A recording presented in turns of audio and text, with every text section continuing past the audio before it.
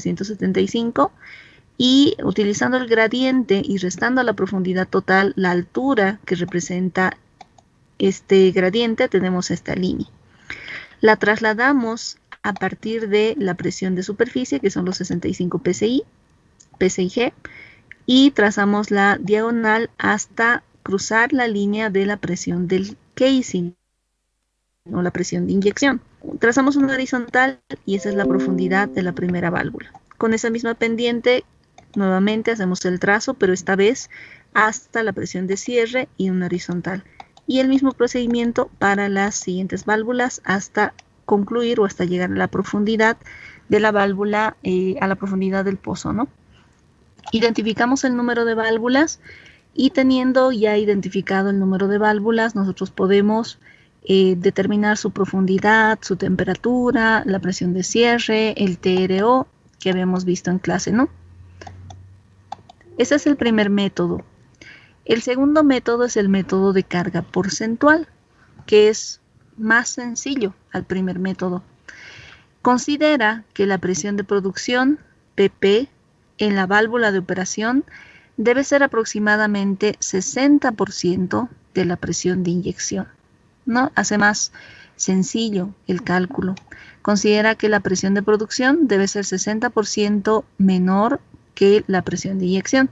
Si recuerdan, en uno de los ejercicios que hemos hecho a través de las reglas de pulgares o rule of thumbs, hemos considerado que hay una caída de presión entre la presión de inyección y la presión de producción de un 60%. Y eso es justamente lo que está considerando este método porcentual, ¿no? Si recordamos esto de los rule of thumbs, vamos a ver, y del ejercicio que habíamos hecho, creo que está en el método, aquí está, por aquí está. Habíamos visto la regla de los pulgares y en el ejercicio hemos mencionado que va a existir una pérdida del 60%. Recuerdan, lo hemos multiplicado por 0,6, ¿no? Y hemos visto que esta sería la presión de producción, la presión dentro de la tubería. Esta consideración es la que hace el método por carga porcentual. No utiliza el factor de espaciamiento, este método. Resolvamos el mismo ejercicio a través de este método. Voy a copiar los datos del ejercicio y si es que tienen su escala, pueden alistar su material, por favor, para poder trabajar con el otro método. De la misma forma es para el diseño de un sistema de bombeo neumático intermitente, ¿no? Se utiliza para bombeo neumático intermitente. Veamos en qué consiste el método. Primer paso, preparar una escala adecuada de profundidad y presión. Profundidad y presión y temperatura. Profundidad, presión y temperatura, ¿no? La misma escala que hemos utilizado anteriormente. Preparemos la escala con datos de profundidad, presión, temperatura. Una vez que tenemos la escala, paso 2, encontrar el punto de presión de superficie, 65 PSIG, a la profundidad de 0, ¿no? Bastante similar al anterior ejercicio. Voy a abrir por un momento la hoja de las tablas, gráficos que tenemos para estos ejercicios. Mientras tanto, pueden ir alistando su material. Para el diseño del bombeo intermitente les había pedido que tengan la misma escala para poder hacer el ejercicio, pero ya por este otro método.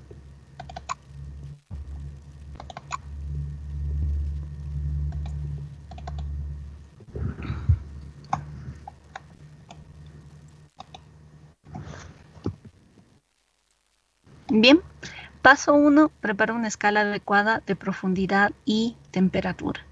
De acuerdo a los datos del ejercicio, como habíamos mencionado, para preparar la escala necesito primero identificar qué límites va a tener tanto la presión, la temperatura y la profundidad. La profundidad, 5.000 pies. En mi escala deben estar los 5.000. La presión, tengo la presión de inyección en cabeza de 700 PSIG. Debo considerar que voy a tener una presión mayor, ¿no? A los 700 puedo tomar 100 PSIG más o 200 PSIG más para mi escala. En este caso está hasta 800. Y la escala de temperatura. Temperatura en superficie tenemos 70 y temperatura en fondo nos da... voy a volver a compartir.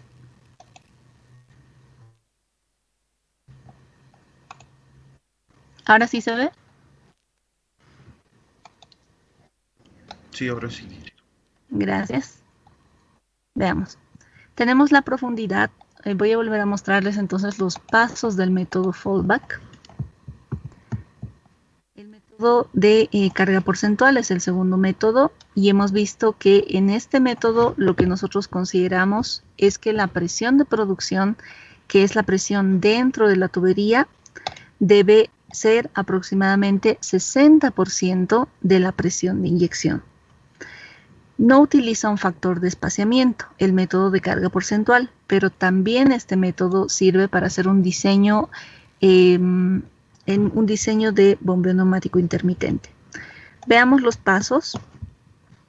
El primer paso es preparar una escala adecuada de profundidad, presión, temperatura. Como hemos visto, la profundidad, de acuerdo a los datos, es 5000, debo tener ese límite. La presión es de 700, la presión de inyección debo tomar unos 100 o 200 psi más en la escala. Y la temperatura de superficie es 70 y la de fondo 150, ¿no? Debo tomar esos límites. Paso 2, encontrar el punto de presión de superficie, 65 psi a la profundidad de 0. Estos primeros pasos son bastante similares al primer método que hemos visto, al método fallback. Este método es el método de carga porcentual. Veamos entonces cómo se ve graficando estos pasos.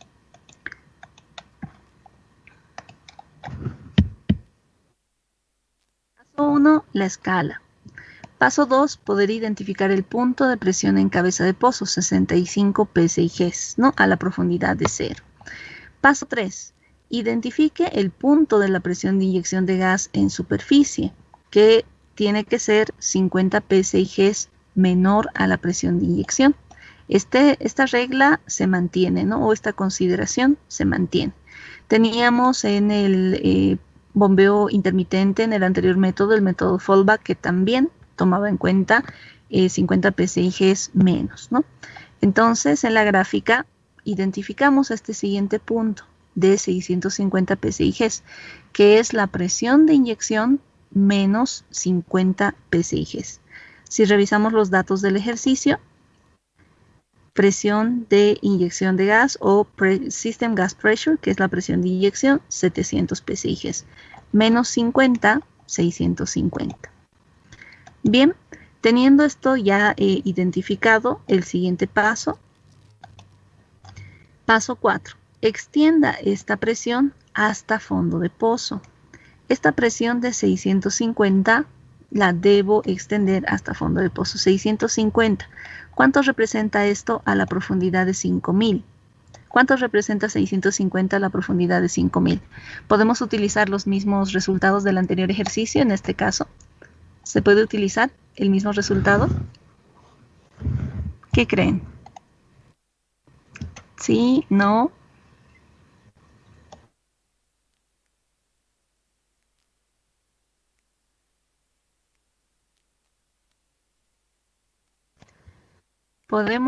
¿No podemos utilizar el mismo resultado del anterior ejercicio?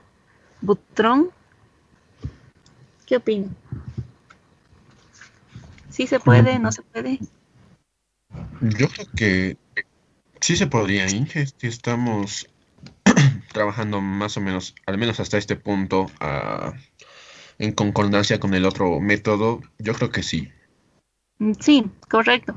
Son los mismos datos, ¿no? Y recordemos que para determinar la presión a la profundidad, ¿qué necesitamos? Necesitamos temperatura, que son las mismas temperaturas, necesitamos la gravedad del gas, que es la misma gravedad, necesitamos caudal, que es el mismo caudal, por lo tanto, el resultado va a ser el mismo del cálculo de la presión a la profundidad. Vamos a tener el mismo resultado. ¿Cuánto era el resultado del anterior ejercicio?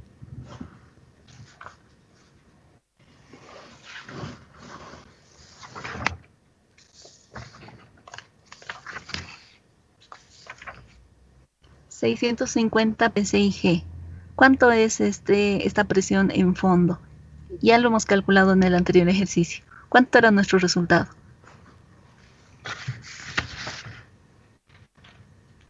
729,54 psi. Correcto. 729,54. El mismo resultado, ¿no? Si es que empezáramos de cero, hay que calcularlo. Pero como estamos haciendo el mismo ejercicio, ya lo hemos calculado, ¿no? Así que tomamos ese resultado. Paso 4, extienda esta presión hasta fondo de pozo. Entonces tomamos los dos puntos y graficamos el gradiente. Este es el gradiente de la presión de inyección. Hasta aquí tenemos los mismos pasos que el anterior método. ¿Me indican cuando tengan su gráfica completa, por favor?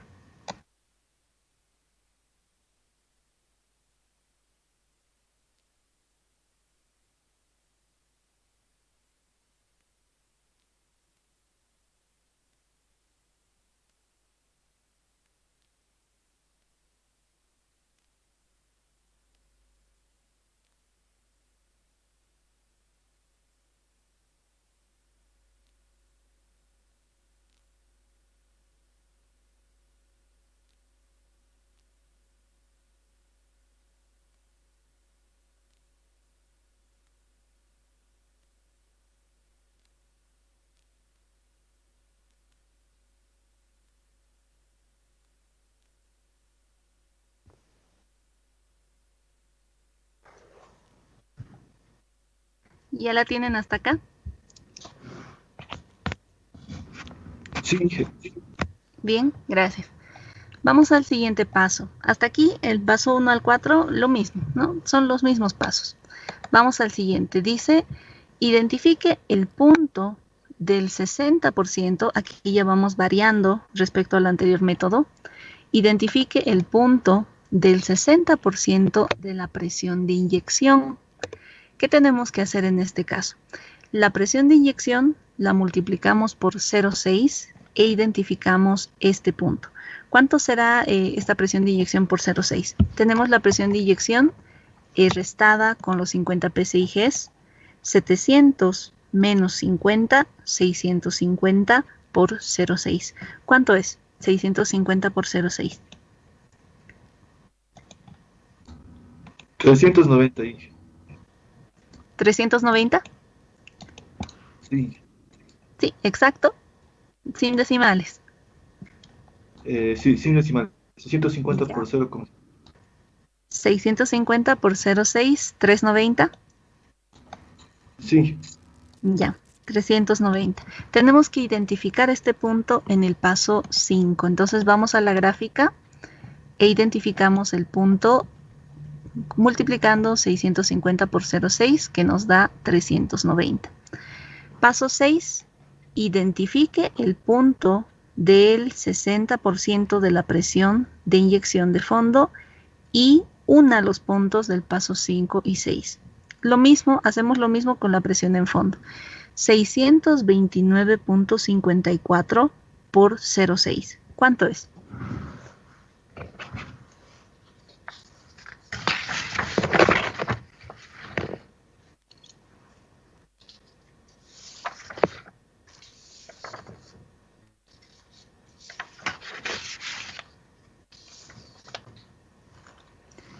$729,54 por 0,6.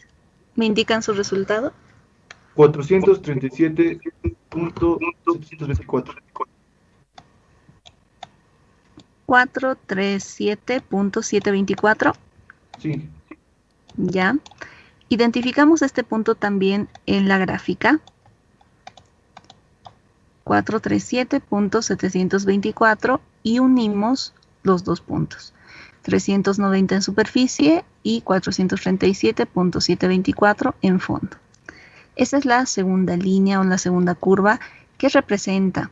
Veamos en el procedimiento, nos decía que esta representa a la presión de producción. Dice, considera que la presión de producción en la válvula de operación debe ser aproximadamente 60% de la presión de inyección. La segunda curva que hemos graficado en el paso 6 representa el gradiente de la presión de producción. La primera, el gradiente de la presión de inyección, y la segunda, el gradiente de la presión de producción. ¿Me indican cuando tengan su gráfica hasta este punto, por favor?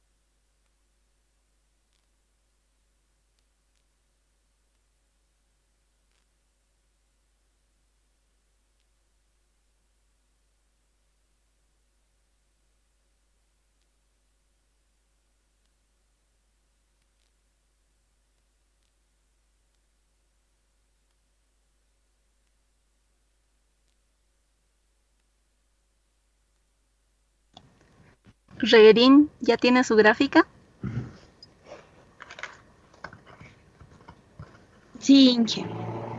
Ya. Continuamos con el siguiente paso. Paso 7, 8 y 9. Paso 7, identifique el gradiente de presión y extiéndalo a partir de 65 psi. Ya hemos visto cómo calcular este gradiente de presión en el anterior ejercicio. Voy a copiar aquí los pasos. ¿Qué es lo que hacíamos? Lo que hacíamos era tomar la profundidad, la presión en fondo, que son los 775 psi, lo dividimos entre el gradiente y este resultado este resultado lo restamos a la profundidad del pozo, ¿no? Voy a volver a hacer el cálculo para que podamos recordar. Tenemos la profundidad del pozo, 5.000 pies, menos la presión en fondo, que son 775, lo tenemos acá. Presión en fondo, 775, dividido entre el gradiente del fluido de ahogo. 775 entre el gradiente del fluido de ahogo. El fluido de ahogo tiene un gradiente de 0.465. Kill Fluid Gradient. 0.465. Esto nos da una profundidad de 3.333.33. Lo vamos a expresar en decimales. 3.333.333 pies. Este punto, junto con la presión en fondo, que son los 775 psi, los grafico, ¿no? 775 a la profundidad de 5.000 pies y esta profundidad sobre el eje Y. Este es el paso 7. Volvemos a leer. Dice, identifique el gradiente de presión y extiéndalo a partir de 65 psi. Lo primero que vamos a hacer es determinar la presión o graficar la presión en fondo 775 y determinamos cuánto representa en profundidad 3.333.333. Identifico este otro punto, ¿no? 3.333.333.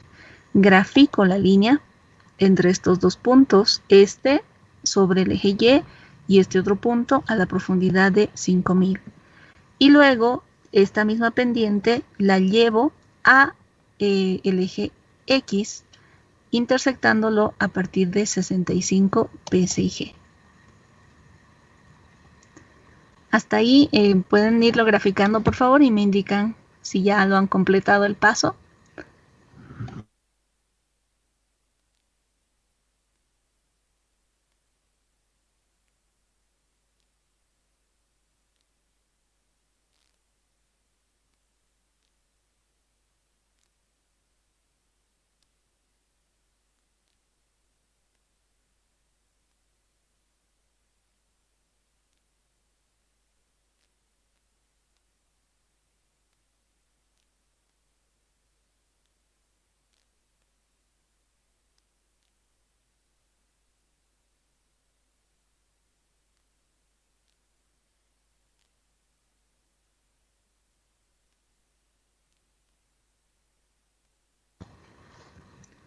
Bien, mientras tanto vamos a tomar la asistencia, mientras van completando este paso.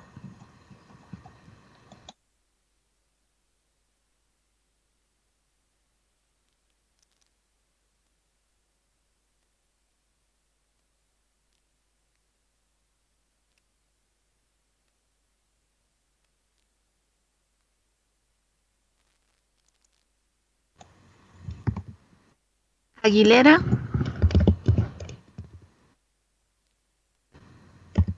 Firme, ingeniera.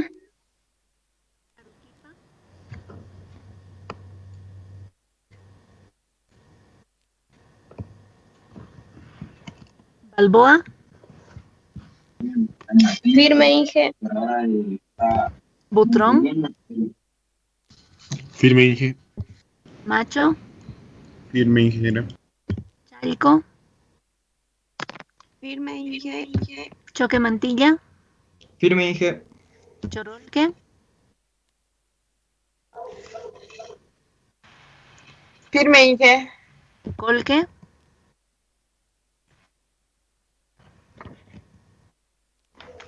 Firme, Inge. Coyo, Firme, ingeniero. Escobar,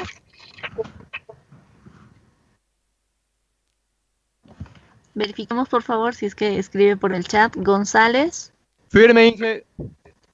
Gutiérrez, Firme, Inge. Guaita, Firme, Inge. Guanaco, Firme, Inge. Ibáñez, Firme, Inge. López, Firme, Inge.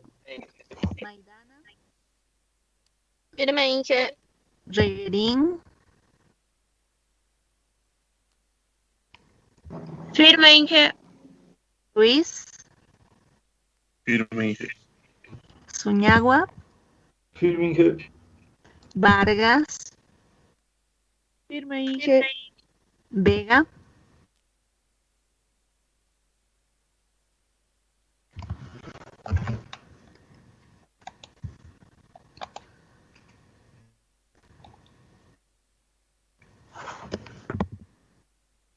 Inge, Es- sí, creo que no me llamó la lista. sí le llamé, pero no respondió. Ahora Perdón, ahora le incluyo. gracias. Vega, Firme, Inge. Otra vez, disculparme, Inge. Hoy estoy en la instalación del router en la dirección en la que me encuentro. ya, está bien. Están entonces todos con asistencia. Bien, continuamos con el diseño. Hemos visto ya el paso 7, veamos. Paso 7. Identifique el gradiente de presión y extiéndalo a partir de 65 psigs. Hemos hecho el cálculo de dónde estarían estos dos puntos y hemos llevado esa misma pendiente a partir de los 65 psigs, ¿no? Ese es el paso 7. El paso 8 dice, trace una línea horizontal hasta la curva de gradiente de carga. Trazamos una línea horizontal hasta la curva del gradiente de carga o el gradiente de la presión de producción. Gradiente de la presión de producción o también llamado gradiente de carga. Trazamos una horizontal y luego realizamos el mismo procedimiento para las siguientes válvulas. Extendemos la diagonal y la horizontal. Diagonal, horizontal, ¿no? Para poder determinar finalmente el número de válvulas. Diagonal y horizontal. Y aquí podemos ver 1, 2, 3, 4, 5, 6, 7 válvulas en este segundo método para los mismos datos, ¿no? Recordemos que en el anterior método del método fallback teníamos 5 y en este método tenemos 7. Podemos, por favor, calcular esto, hacer este trazo. Ya teniendo la pendiente, directamente realizamos el mismo procedimiento para las siguientes válvulas. La diagonal y la horizontal. Y luego hay que leer la profundidad, temperaturas, etcétera, ¿no? Podemos ir calculando, por favor, esto y me indican cuántas válvulas obtienen ustedes.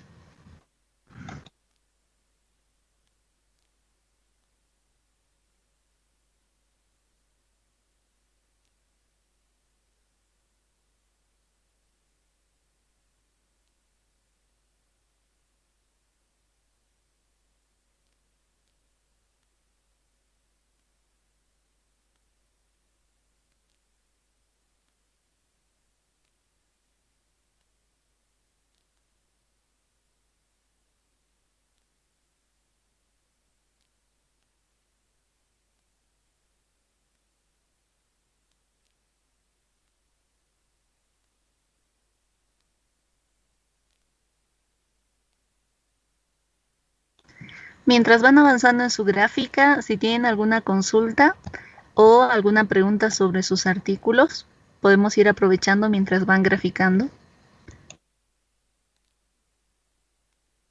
Inge, una pregunta.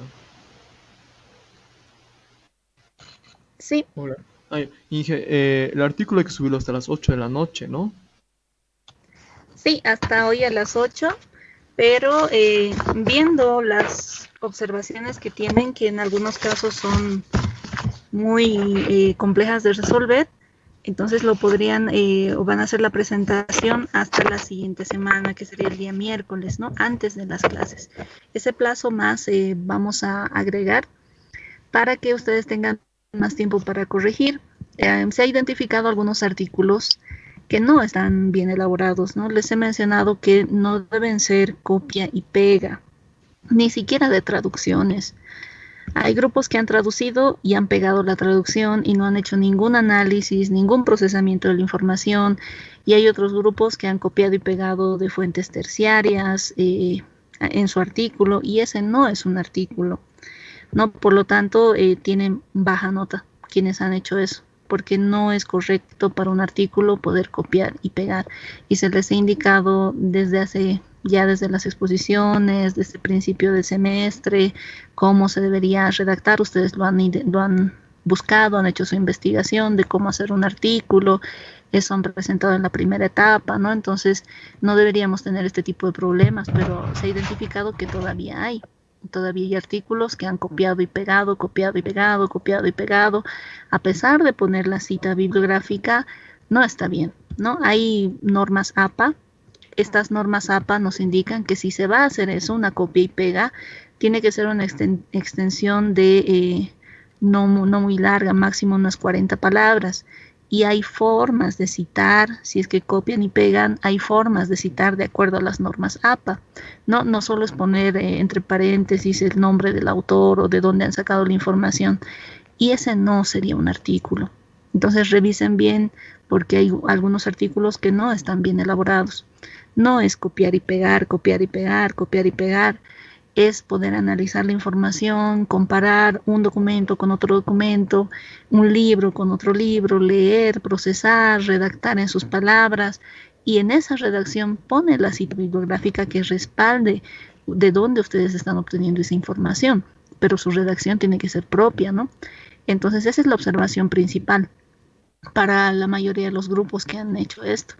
Hay grupos que han traducido y han pegado, traducido y pegado, traducido y pegado, y eso no es tampoco un artículo.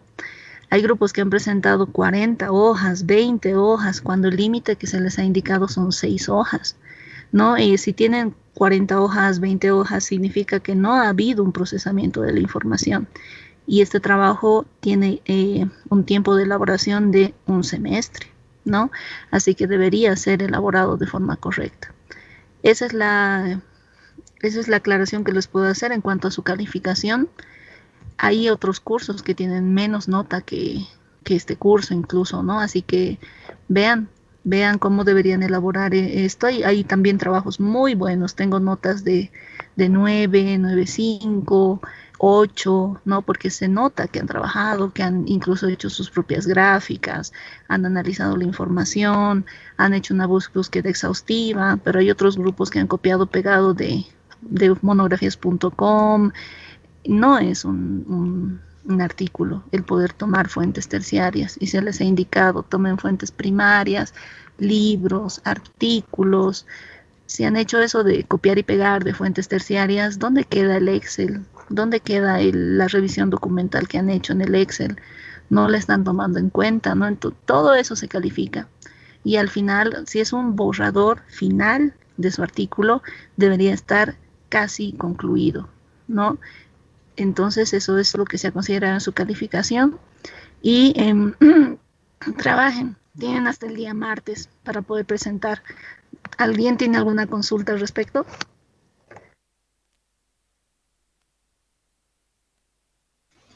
Inge, no sé si me lo podría corregir, que anoche hemos trabajado con mi grupo, no sé si me lo podría corregir, si se lo mando más tarde.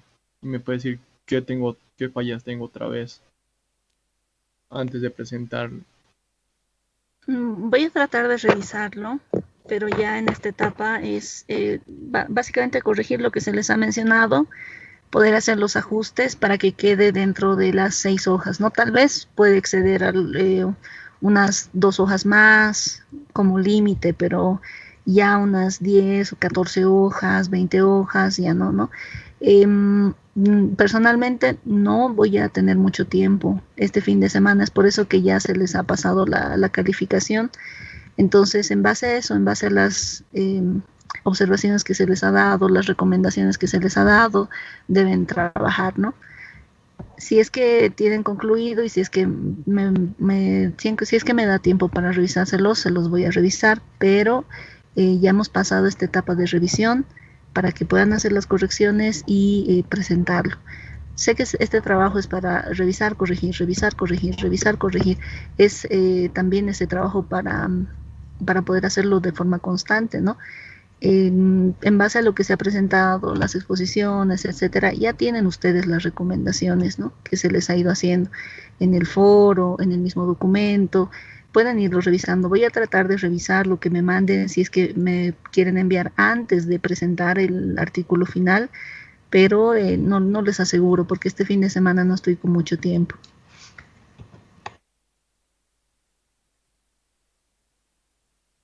Gracias.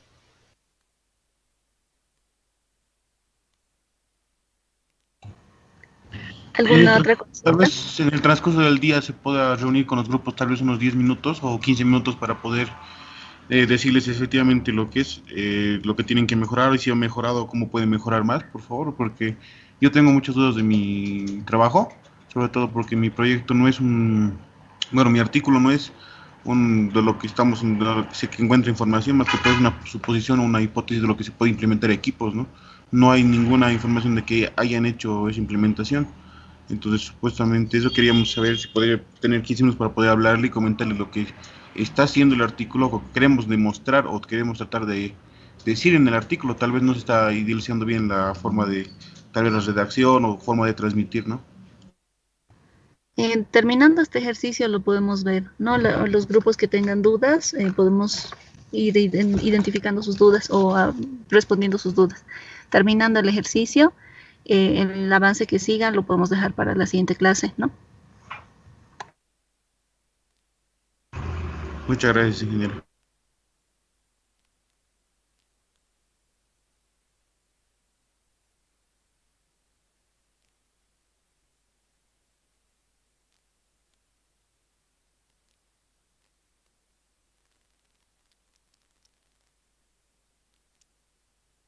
Bien, si no hay más consultas, concluyamos el ejercicio. Si tienen sus válvulas, ¿cuántas válvulas han obtenido?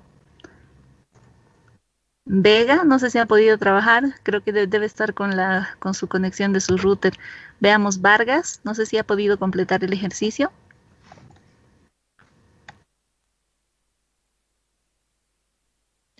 Sí, Inge, me salieron 6 válvulas. Ya, en este caso tenemos 3, 4, 5, 6, tenemos 7, ¿está bien? Si le dan 6 válvulas, está bien. Puede ser más o menos una válvula. Igual me sale 6. 6, ya. ¿Alguien más Sí. si tiene sus resultados? Sí, Inge, igual a mí me sale 6. Bien, trabajemos entonces con 7. estas. ¿Quién tiene 7 chorolque? Sí. Ya. Sí, amigo al Inge, 7 me salió. Bien, hay que ver, depende de la página, de las gráficas, etcétera, pero puede ser más menos 1 y no debería tener mucha variación. Si es más 1 o menos 1, en la escala debería ser una diferencia muy pequeña, ¿no? En la última válvula para que sea más o menos una válvula. La diferencia debería ser muy pequeña, pero está bien, si tienen 6 válvulas, está bien. Veamos entonces los resultados. Hay que determinar o leer la profundidad de cada válvula. Debemos leer la presión de apertura, que sería la intersección, lo voy a marcar acá. La presión de apertura sería la intersección entre la presión de inyección y la diagonal que hemos trazado. Y por el otro lado, leemos la presión de producción a partir de esta curva, ¿no? A partir de la línea del porcentaje de carga o la línea de la presión de producción. Gradiente de presión de producción también lo hemos llamado. A partir de este gradiente vamos a leer la presión de producción de cada válvula y a partir del otro gradiente la presión de inyección de cada válvula. Vamos a ir viendo esto: profundidad, temperatura, presión de inyección, presión de producción. Por el momento esos son los valores que vamos a leer. Pueden ir leyendo por favor en sus gráficas y yo voy a poner la lectura en una hoja Excel para que podamos comparar.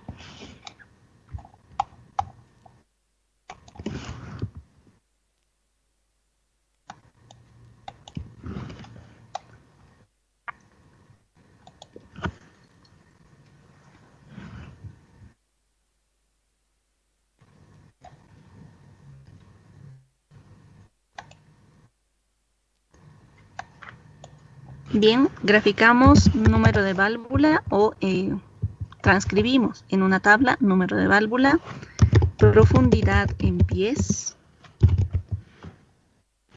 temperatura,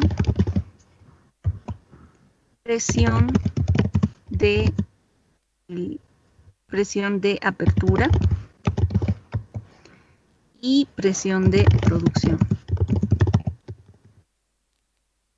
Esto es lo que vamos a ir transcribiendo en una tabla, los valores que vayamos leyendo de la gráfica.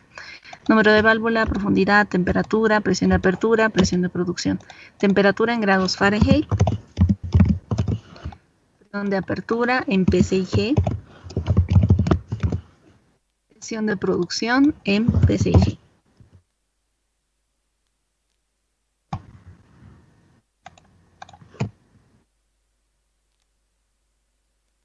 Bien, vamos leyendo los valores de sus gráficas. Yo tengo 7 válvulas. ¿Se puede tener 8, Inge? Puede ser más menos 1. Habría que ver a más detalle la gráfica por si yo lo hice tiene en 8. AutoCAD, me sale 8. Podría ser más menos 1, pero por si acaso corrobórelo, porque podemos ver en esta gráfica, por ejemplo, que la última válvula está llegando cerca del límite de la profundidad, cerca a los 5000. Podemos ver con la escala cerca a los 5000, ¿no? Entonces, si vemos, no podría salir una siguiente válvula. Puede verificarlo, pero si es más minucioso. Está bien, porque yo he hecho hasta 6000, así 5000, sí sale 7. Hasta 5000. Bien. Verifiquemos entonces o transcribamos los valores leídos, ¿no? Profundidad de la primera yo tengo 1300, de la segunda 1900, tercera 2500, cuarta 3100, quinta 3700, sexta 4350 y la séptima válvula 4950. Temperaturas en grados Fahrenheit.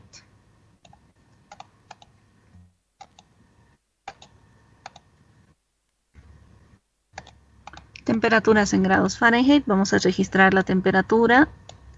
Para la primera tengo 91. Segunda válvula 100. Tercera válvula 110. Cuarta válvula 120. Quinta válvula 129. Sexta válvula 139 y la última 149.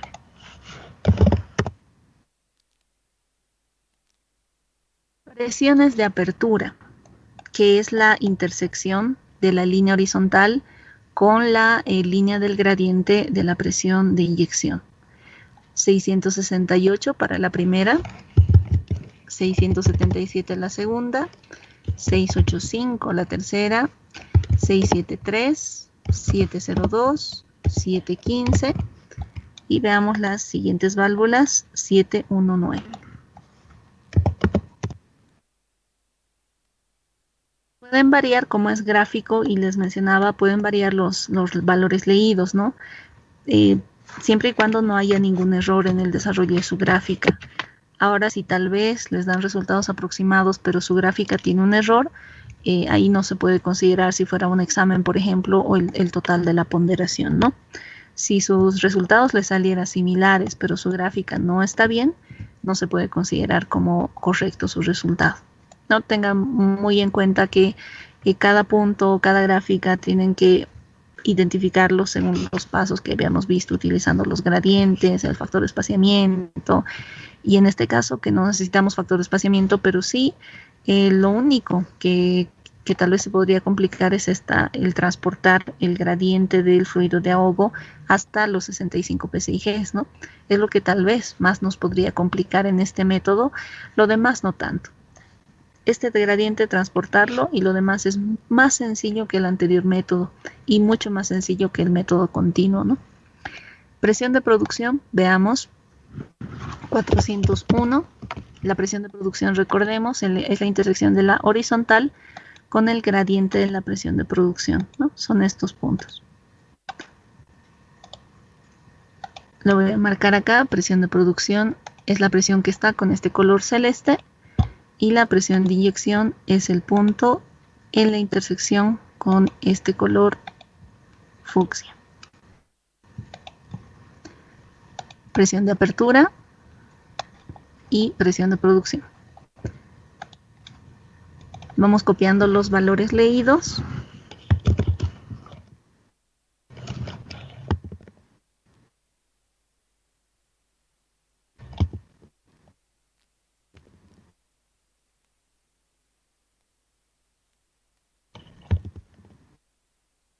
Bien, teniendo ya esta tabla, vamos a calcular o vamos a identificar el coeficiente de corrección de temperatura para que calculemos el TRO, que es la presión con la que se debe cargar la válvula en superficie, asumiendo que la presión de producción es 0, ¿no? Con estas temperaturas vamos a copiar en la siguiente columna los coeficientes de corrección de temperatura que los encontramos en las tablas de estos coeficientes, ¿no? Por cada temperatura.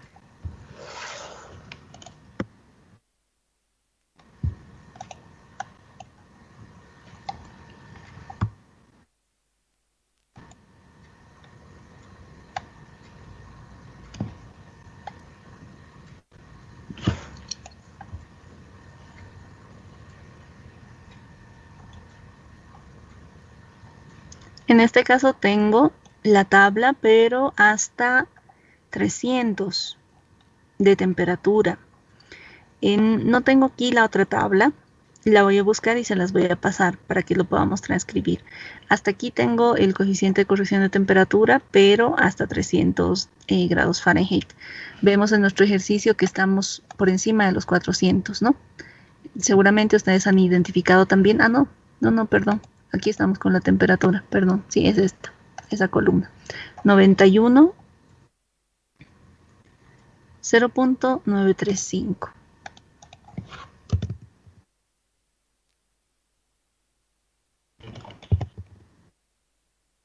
Para 100 tenemos 0.918.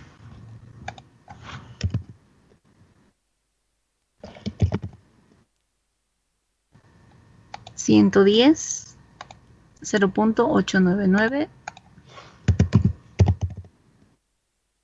120 tengo 0.882. 129, 0.866. 139, 0.85. La última, 149, 0.834. Teniendo ya el coeficiente de corrección de temperatura, puedo calcular el TRO. Recordemos cómo calculamos el TRO. El TRO, tenemos la fórmula, es la presión del domo prima sobre 1 menos R. Vamos a verificar la fórmula. TRO es igual a la presión del domo prima sobre 1 menos R. ¿Cómo calculamos la presión del domo prima? La calculamos multiplicando la presión del domo en fondo por este factor de corrección. Esa es la presión del domo prima. Tenemos presión del domo en los valores leídos.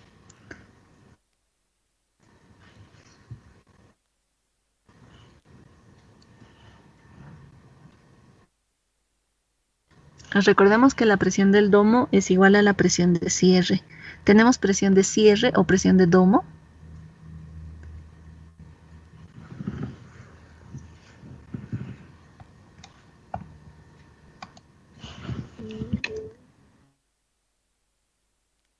¿Col qué?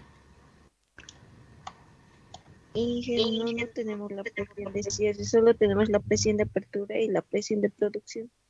Correcto. Creo ¿Cómo podemos determinar? No tenemos la presión del domo, correcto. ¿Cómo la calculamos? Tenemos esta... hay una ecuación para hallar eso, creo. Sí. Esta es la ecuación de la presión de apertura, que depende de la presión del domo. Despejando la presión del domo, tenemos la ecuación de la presión del domo en función a la presión de apertura y la presión de producción, que son justamente los datos que hemos leído. Tenemos presión de apertura y presión de producción. Con estos datos calculamos la presión del domo. R ya teníamos en el enunciado, es la constante geométrica de la válvula. Voy a volver al enunciado. Y 0.201, si no me equivoco, sí, 0.201, ese es el valor de R. Voy a copiar acá la constante geométrica. A través de la ecuación voy a calcular primero la presión del domo y después el TRO. Siguiente columna, presión del domo, también estaría en PSIG. Es igual a la presión de inyección para la apertura por 1 menos R, 1 menos la constante geométrica, más la presión de producción por R.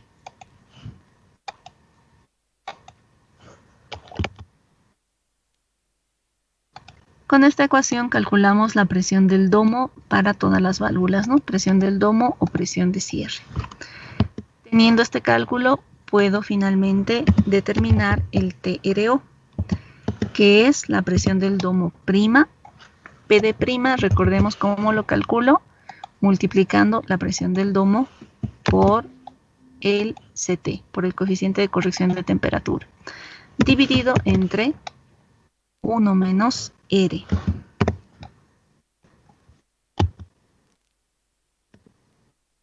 Este es el TRO, Test Rack Opening. Está en unidades también de PSIG. Ya con estos resultados concluimos con el diseño de un sistema de bombeo neumático intermitente a través del método de carga porcentual.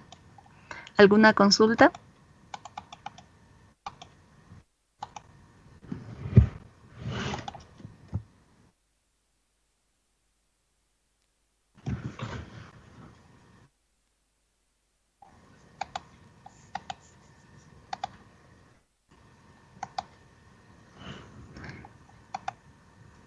¿Alguna pregunta? Bien, pueden tener resultados similares, ¿no? Como es un método gráfico, puede variar.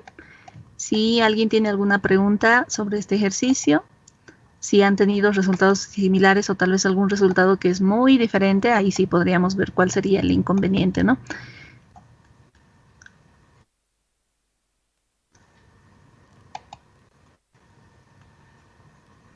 Bien, vayan verificándolo por favor, y si no hay más dudas podemos ahora sí ver el tema del artículo. Les voy a pedir que presionen en la manito, hay una manito en el Teams, en esta llamada, para los grupos que van a necesitar poder hacer una revisión o consulta sobre su artículo. Pueden levantar esa manito y yo ya los voy a convocar. Les voy a pasar estos resultados del ejercicio por este segundo método. Este es el método de carga porcentual. El primer método que hemos visto es el método fallback.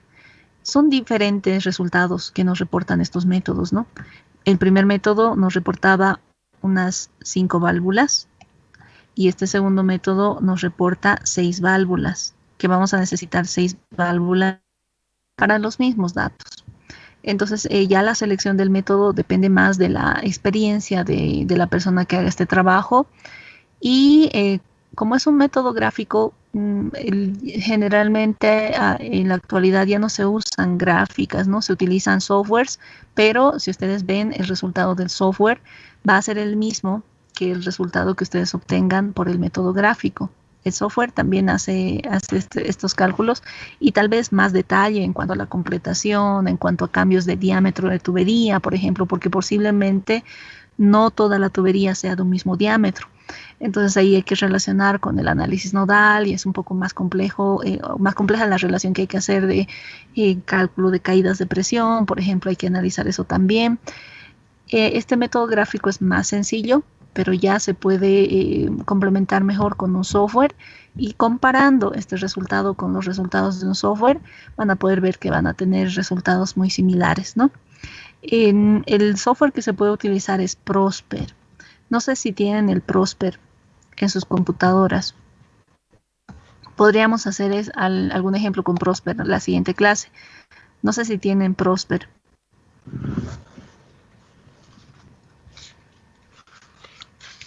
No, Inge. No, Inge. No, Inge. Sí, la desventaja de Prosper es que no es un software libre. No es un software libre. Entonces, sí, en la carrera tenemos uno con licencia, pero no lo vamos a poder utilizar, ¿no? Pero esa es la opción que nosotros tenemos, que si bien ahora estamos viendo un método gráfico, tal vez más manual, el software hace este cálculo y les va a mostrar las mismas gráficas y los mismos resultados, tal vez algunos cálculos más, pero les muestra las mismas gráficas, ¿no? El software. No lo vamos a poder ver, tal vez yo les puedo mostrar la siguiente clase y con eso complementaríamos esta parte, ¿no? Si no hay más preguntas, entonces les paso estos resultados de la tabla. Inge, Sí, en la válvula número 5, creo, el resultado que usted puso es 673, pero a mí me sale 693, digamos. ¿en la válvula 5? En la válvula 4. Ya lo voy a revisar. 673 de presión de apertura. Sí, y Inge, es que en el de arriba le sale 685 y por eso esa variación tenía, entonces tendría que ser menos. Sí, correcto. Tienes razón. Ese es el resultado que yo tengo del ejemplo, pero no concuerda con lo que deberíamos tener, ¿no? Voy a volver a la gráfica. Y está incrementando esta presión a medida que vamos profundizando. 677, 685, esta no debería ser 673 porque estaría reduciendo, ¿no? Y tiene que ir en aumento. Gracias por la observación. Me imagino que es 693, ¿no? Tal vez en la transcripción ha habido algún error. 693, porque va aumentando a medida que se va profundizando. Gracias. Esto lo voy a corregir y viendo en la escala, sí, se asemeja mucho a 700, ¿no? 693 debe ser. ¿Cuánto tiene usted de resultado? A mí 695 me sale exactamente. Casi los mismos resultados comparamos con toditos. En esa 695 y en el otro 704, algo así me sale. Sí, Casi me parece todos los bien. mismos resultados comparamos. Estaba comparando toditos. Bien. Sí, gracias por la observación. Me parece que es un error en la transcripción de la imagen, del ejemplo que tengo, ¿no? Inge, Sí, tenía una pequeña duda, me quedó. Cuando me anoté la presión a la profundidad de fondo desde los 650, era 724, creo, o 729. ¿Estoy bien? 729.54. Sí, ahora en una parte de la gráfica vi que lo puso 775, ese no sabía de dónde era. Esa es la presión de fondo de pozo. Esa es para el cálculo del gradiente. Voy a volver a mostrarles la presentación para que no Por quede esa favor. duda. Este es el segundo método, lo voy a volver a mostrar. Vamos a recapitular en qué consiste el método. Tenemos los pasos, vamos a verlo en la gráfica. La escala, graficamos la escala. Como siguiente paso, identificamos el punto de la presión en cabeza de pozo, 65 psigs. Como siguiente paso, identificamos la presión de inyección restándole 50 psig, ¿no? A esta presión calculamos cuánto sería en fondo, que son los 729.54, y trazamos el primer gradiente, que es el gradiente de la presión del casing. Como siguiente paso hay que restar o multiplicar por 0,6 la presión de inyección, tanto en superficie como en fondo, y trazamos otra línea. 650 por 0,6, 390 PSIGs, y 729.54 por 0,6, 437.724. Trazamos otra línea y esta es la curva o el gradiente de la presión de cierre. Esta es la presión, perdón, no es la presión de cierre, la presión de producción, el gradiente de la presión de producción. La primera curva, la presión de inyección, y esta segunda que acabamos de graficar, presión de producción. Teniendo estas dos curvas, debemos graficar el gradiente del fluido de ahogo. Para el gradiente del fluido de ahogo, debo tomar como referencia la presión en fondo de pozo. En el ejercicio tenemos presión en fondo de pozo, static bottom hole pressure, 775. Y es el punto que tengo que graficar, ¿no? 775 para el eje X a la profundidad de 5000. Esa es la presión en fondo. Y a partir de esta presión determinamos cuánto sería la profundidad, dividiendo este valor entre el gradiente del fluido de ahogo y restando a este resultado a la presión, a la profundidad del pozo, ¿no? Como acabamos de hacer, vamos a volver a mostrar este cálculo. 5000, que es la profundidad, menos la presión en fondo de pozo entre el gradiente del fluido de ahogo. Eso nos da 3333.333, que sería el otro punto. Uno de los dos puntos, y ese es el gradiente del fluido de ahogo. Este gradiente lo debo transportar o debo utilizar esta misma pendiente a partir de los 65 PSIG. Transporto este gradiente y a partir de ahí y hago los trazos horizontales, ¿no? Tengo la diagonal, horizontal, diagonal, horizontal, y esto para determinar la profundidad de cada válvula, temperatura, presión de apertura y de producción. ¿Está bien?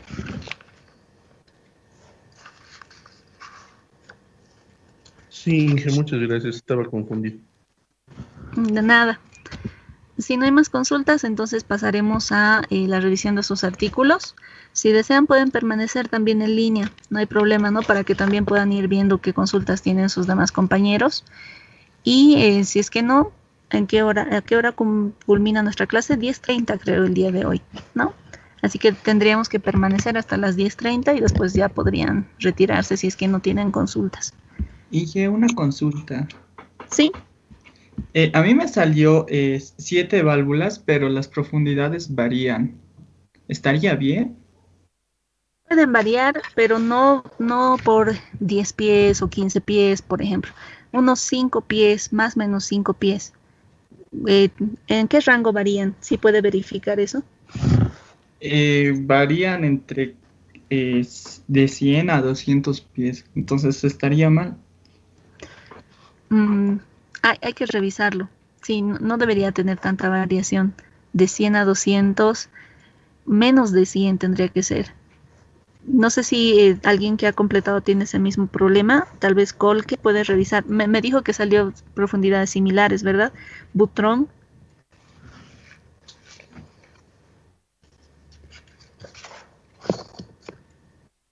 Comparando sus profundidades, puede verificar si se aleja mucho. La mayoría sale.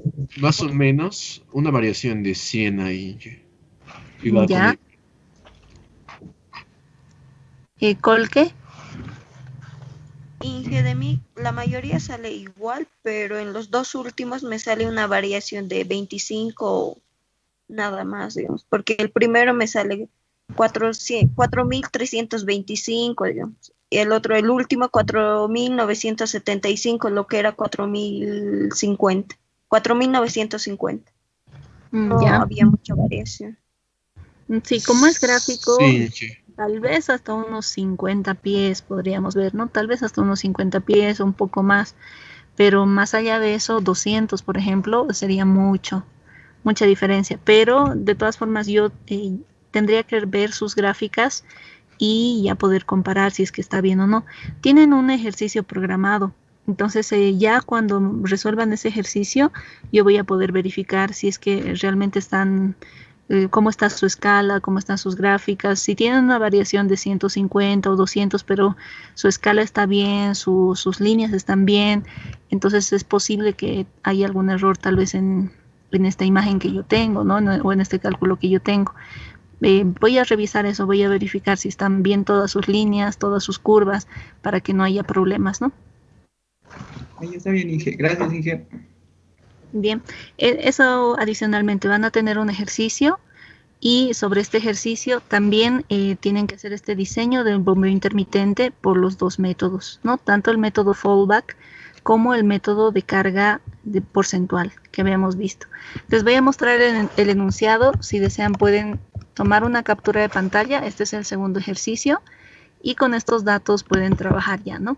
Pueden sacar una captura de pantalla, lo voy a poner al Moodle y este ejercicio habría que completarlo. Si tienen el plan de clases, pueden verificar por favor hasta cuándo es la entrega de este ejercicio. No recuerdo, creo que es hasta el día de hoy. Esta planificación era considerando que esta sería la última semana de clases. ¿Pueden verificar por favor la fecha de entrega que está en el plan de clase? Hoy día, Inge, Sí, hasta las 11. Es hasta hoy. Lo vamos a llevar también hasta el martes para que lo puedan presentar hasta el miércoles, ¿no? Que es la siguiente clase, hasta el día miércoles. Lo voy a programar, pero aquí pueden sacar ya la captura para tener el enunciado.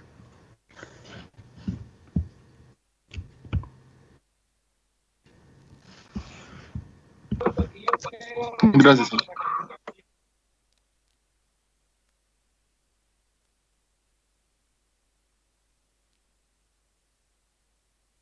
Bien, si no hay más consultas al respecto, pasaremos a ver el artículo a través de los grupos.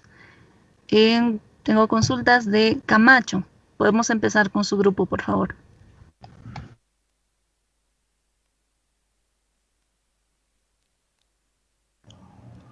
Claro, Inge, ahorita lo empiezo a compartir.